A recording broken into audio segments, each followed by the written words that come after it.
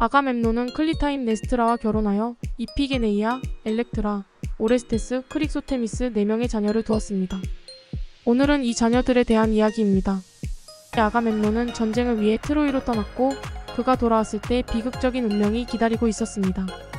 귀환 후 아내 클리타임네스트라와 그녀의 정부 아이기스토스에 의해 살해되었죠. 아버지의 죽음 후 오레스테스는 살해될 위험이 있었기 때문에 미케네를 탈출해야만 했습니다. 누이 엘렉트라는 그를 포키스의 스트로피오스 왕에게 피난시켰습니다.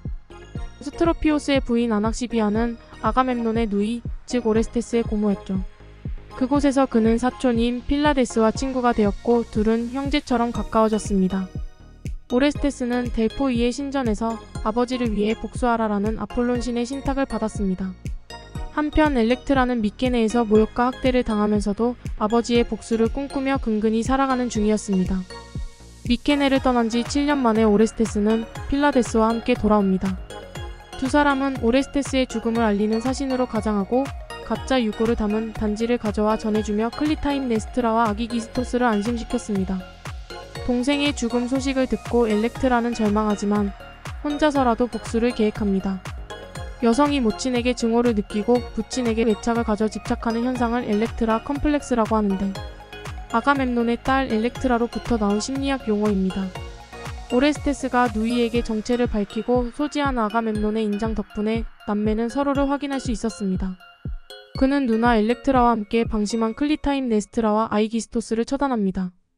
이 행위는 부친의 죽음에 대한 정당한 복수임과 동시에 모친 살해라는 인륜의 금기를 위반한 것이었습니다.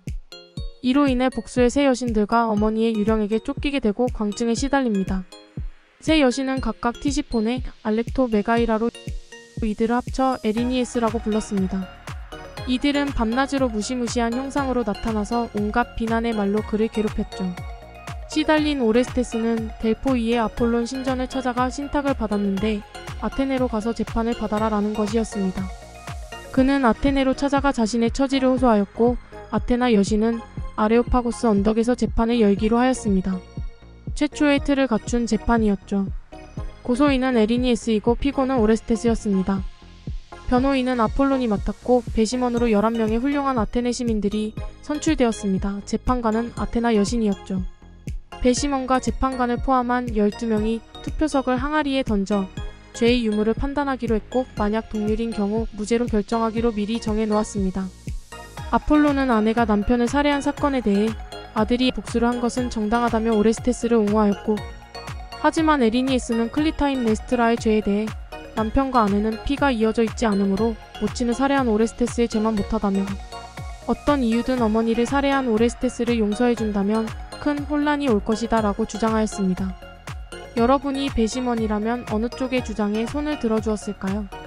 배심원들의 판결이 팽팽히 맞서 6대5로 고소인 측이 앞선 상황에서 아테나 여신은 오레스테스를 위해 투표석을 던져 동률을 만들었습니다. 미리 정해둔 규칙에 의해 그를 무죄로 석방하였죠. 재판 결과에 복수의 여신들은 강하게 분노하고 반발하였습니다. 이에 아테나 여신은 에리니에스에게 에우메니데스, 즉 자비로운 여신들이라는 뜻의 새로운 칭호를 주어 그들의 불만을 해소시켜 주었습니다. 오레스테스는 재판의 결과와 별개로 어머니를 살해한 죄를 씻고 정화하기 위해 타우리스에 있는 아르테미스 여신상을 가져오는 임무를 받았습니다. 고대 그리스에서는 살인이나 천륜을 어기는 죄를 지은 사람을 방치하면 가뭄이 들거나 역병이 돈다고 믿었습니다. 그래서 죄인을 벌하거나 추방하고 추방된 이는 다른 왕국에서 왕이 명하는 임무를 수행하며 죄를 씻고 정화를 받아야 했죠. 광증으로 아내와 자녀를 살해한 헤라클레스가 죄를 정화하기 위해 12과업을 수행한 것이 대표적인 예입니다. 타우리스는 지금의 흑해 앙크림 반도 부근에 위치한 고대 도시로 그리스인 난파자를 제물로 바치는 관습이 있었습니다. 오레스테스와 친구 필라데스는 임무를 수행하기 위해 타우리스로 향하였습니다. 하지만 그 둘은 주민들에게 붙잡혀 신전에 바쳐졌죠. 타우리스 신전에서 제물을 바치는 역할을 수행하는 사제는 마침 이피게네이아였습니다. 과거 아가멤논의 맏딸 이피게네이아는 그리스 연합군이 아울리스에서 출항 전 아르테미스 여신을 달래기 위한 제물로 바쳐졌습니다. 그러나 여신은 죽음 직전 그녀를 사슴으로 대신하였고 그녀를 데려가 타우리스 신전의 사제로 삼았습니다. 이피게네이아는 타우리스에서 아르테미스의 사제로서 살아가면서 늘 고향과 가족을 그리워하였죠. 타지에서 운명적으로 만난 남매는 서로를 알아보지 못하였습니다. 이피게네이아는 자신의 사정과 안부를 적은 편지를 보내려 하였습니다. 둘 중 한 명은 살려주되 대신 편지를 가족에게 전달해달라고 부탁하였죠. 오레스테스는 자신이 남아 제물이 되고 친구 필라데스를 탈출시켜려 하였습니다.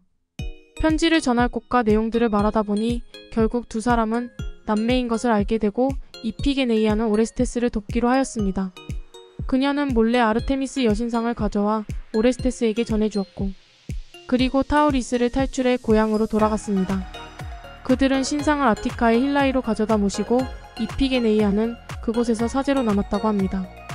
오레스테스가 에리니에스에게 쫓기고 또 타우리스를 다녀오는 동안 미케네는 아이기스토스와 클리타임네스트라의 아들인 알레테스가 왕이 되어 다스리고 있었습니다. 미케네로 돌아온 오레스테스는 알레테스를 죽이고 자신이 왕이 되었고 친구 필라테스는 누이 엘렉트라와 결혼하여 포키스의 왕위를 이어받았습니다. 엘렉트라는 두 번째 결혼이었는데 잠시 시간을 뒤로 가볼까요? 아이기스토스와 클리타임네스트라는 엘렉트라가 명성과 힘이 있는 사람과 결혼하면 그 아들이 복수를 할까 두려워 엘렉트라를 평범한 농부와 결혼을 시켰습니다. 그러나 농부는 자신의 분수를 알고 엘렉트라를 건드리지 않고 처녀성을 지켜주었다고 해요.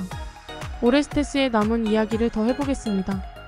어릴 적 오레스테스는 메넬라우스와 헬레네의 딸, 즉 사촌 여동생 헤르미오네와 약혼한 상태였는데 뒤에 아가멤논과 메넬라우스는 아킬레우스의 아들 네오프톨레모스가 트로이 전쟁에 참전하는 조건으로 헤르미오네를 그와 결혼시켰습니다. 트로이에서 귀환한 네오프톨레모스는 본처인 헤르미오네를 등한시하였고 전리품으로 주어진 안드로마케를 더 사랑하였습니다. 헤르미오네의 부추김이었는지 약혼녀를 빼앗긴 분노였는지 오레스테스는 델포이에서 네오프톨레모스를 살해하였습니다. 그리고 헤르미오네와 결혼하여 안정된 삶을 이어갔고 인근 왕국을 병합하여 미케네를 발전시켰습니다. 노년에는 뱀에 물려 죽었다고 합니다. 탄탈로스, 펠롭스, 아트레우스, 아가멤논, 오레스테스로 이어진 저주는 이제 막을 내렸습니다. 아가멤논과 그의 자녀들에 대한 이야기는 여러 희곡과 서사시에서 다루어졌습니다. 특히 아이스킬로스의 아가멤논, 제주를 바치는 여인들, 자비로운 여신들로 구성된 오레스테이아 3부작과 에오리피데스의 엘렉트라, 아울리스의 이피게네이아, 타우리스의 이피게네이아 같은 작품에서 주요 소재가 되었습니다. 이것으로 탄탈로스 가문의 저주에 대한 이야기는 끝내도록 하겠습니다. 다음에는 트로이 전쟁의 원인이 되었던 가장 아름다운 여인 헬레네에 대한 이야기로 넘어가겠습니다. 많이 기대해주세요.